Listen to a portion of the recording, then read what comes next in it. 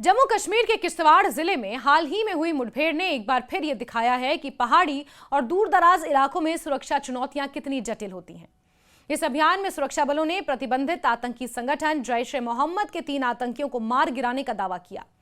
इनमें सैफुल्ला बलूची नाम का आतंकी भी शामिल है, जो कथित रूप से पिछले 2 वर्षों से इलाके में सक्रिय था। उसके ऊपर 5 लाख रुपए तक का इनाम भी रखा गया था। यह पूरी कार्रवाई ऑपरेशन त्राशी 1 के तहत की गई, जो 19 जनवरी से शुरू हुआ था और कई दिनों तक चला।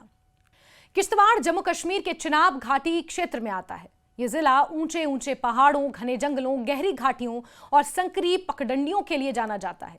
सर्दियों में यहां भारी बर्फबारी होती है और कई गांव का संपर्क भी मुख्य सड़कों से कट जाता है।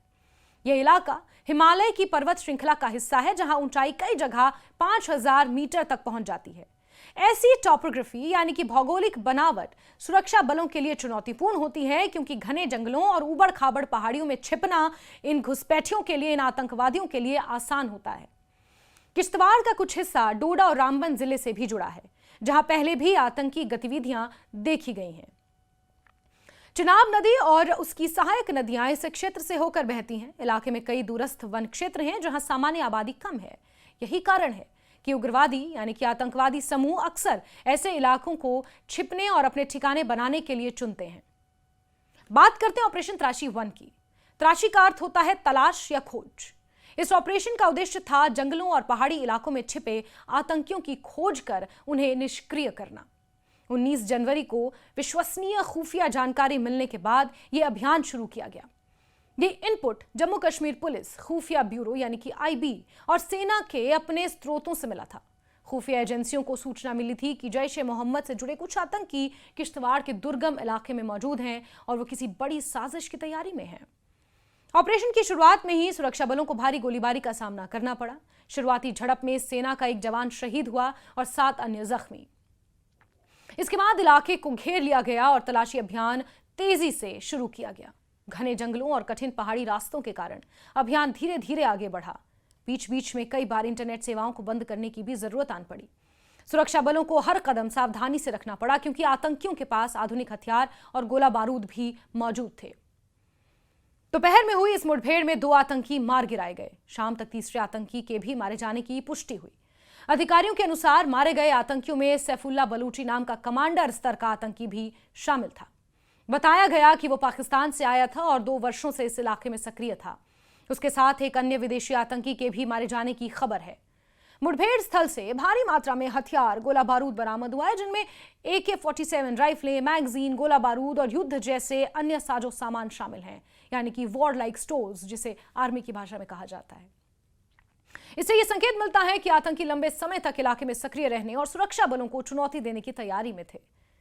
अब यह समझना भी जरूरी है कि जैश-ए-मोहम्मद क्या है और यह संगठन इतना महत्वपूर्ण क्यों है, और बार बार भारत में जैश-ए-मोहम्मद के आतंकवादी घुसपैठ कर क्यों आते हैं या घुसपैठ की कोशिश क्यों करते हैं।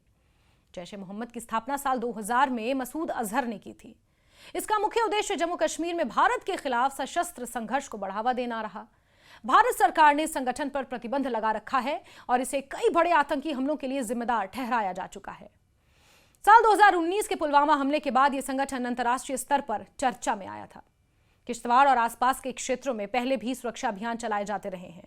1990 के दशक में जब जम्मू कश्मीर में उग्रवाद चरम पर था, यानी कि जिसे इंसर्जेंसी पीरियड कहा जाता है, तब डोडा किश्तवाड़ बेल्ट में कई आतंकी घटनाएं हुई थी। हालांकि पिछले कुछ वर्षों में स्थिति कंपैरेटिवली शांत रही, लेकिन समय समय पर जंगलों में छिपे छोटे समूहों के सक्रिय होने की खबरें मिलती रहीं। इस ऑपरेशन के पीछे एक रणनीतिक कारण भी है। चिनाब घाटी क्षेत्र भौगोलिक रूप से कश्मीर घाटी और जम्मू क्षेत्र के बीच की स्थिति में आता है, यानी कि वो एक तरह से सेंटर पॉइंट है। यदि इस क्षेत्र में आतंकी सक्रिय हो जाते हैं तो वो दक्षिण कश्मीर और जम्मू के बीच संपर्क मार्गों को प्रभावित कर सकते हैं। इसके अलावा यहां से पहाड़ी रास्तों के माध्यम से अन्य जिलों में भी आवाजाही संभव है। इसीलिए सुरक्षा एजेंसियां ऐसे इलाकों में आतंकियों की मौजूदगी को गंभीरता से लेती हैं। इलाके की टोपोग्राफी का एक और पहलू है घने देवदार और चीड़ के जंगल। ये जंगल प्राकृतिक रूप से छिपने की जगह प्रदान करते हैं। कई स्थानों पर मोबाइल नेटवर्क कमजोर है, जिससे निगरानी और संचार की दिक्कतें भी आती हैं। सर्दियों में बर्फबारी और फिसलन भरे रास्ते अभियान को कठिन बना देते हैं। यही वजह है कि ऑपरेशन त्राशी 1 जैसे अभियान कई दिनों तक चल सकते हैं और चरणबद्ध तरीके से आगे बढ़ते हैं। यहां यह भी ध्यान देने वाली बात है कि किसी भी मुठभेड़ के बाद सुरक्षा बल क्षेत्र में कॉर्डन एंड सर्च ऑपरेशन जारी रखते हैं, जिसका उद्देश्य यह सुनिश्चित करना होता है कि कोई अन्य आतंकी आसपास छिपा ना हो। किश्तवाड़ में भी यही प्रक्रिया अपनाई गई। पूरे इलाके को सील कर तलाशी अभियान जारी रखा गया। इस घटना को व्यापक परिप्रेक्ष्य में देखें तो ये जम्मू कश्मीर में चल रहे आतंकवाद रोधी प्रयासों का हिस्सा है। 2019 के बाद से केंद्र सरकार और सुरक्षा एजेंसियों ने आतंकवाद के खिलाफ सख्त नीति अपनाई है।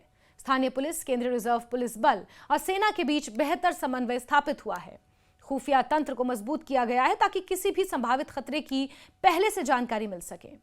किसी भी ऑपरेशन की सफलता केवल मुठभेड़ में आतंकियों के मारे जाने से नहीं मापी जाती, बल्कि इस बात से मापी जाती है कि क्या भविष्य में हमलों की संभावना कम हुई है और क्या स्थानीय लोगों की सुरक्षा सुनिश्चित हुई है। साथ ही यह भी महत्वपूर्ण है कि ऐसे अभियानों के दौरान नागरिकों की सुरक्षा सर्वोच्च प्राथमिकता हो। पहाड़ी और ग्रामीण इलाकों में रहने वाले लोग अक्सर डर और अनिश्चितता का सामना करते रहते हैं। इसलिए सुरक्षा बलों की कोशिश रहती है कि आम लोगों को कम से कम असुविधा हो और किसी निर्दोष को नुकसान ना पहुंचे। किश्तवाड़ की मुठभेड़ ये बताती है कि सुरक्षा चुनौतियां केवल सीमा क्षेत्रों तक सीमित नहीं है, बल्कि आंतरिक दुर्गम इलाकों में भी मौजूद हो सकती हैं। ऑपरेशन त्राशीवन 19 जनवरी से शुरू होकर कई दिनों तक चला और अंततः 3 आतंकियों के मारे जाने के साथ एक महत्वपूर्ण चरण पर पहुंचा। हालांकि तलाशी अभियान जारी है, लेकिन इस कार्रवाई को सुरक्षा बलों की एक बड़ी सफलता के रूप में देखा जा रहा है।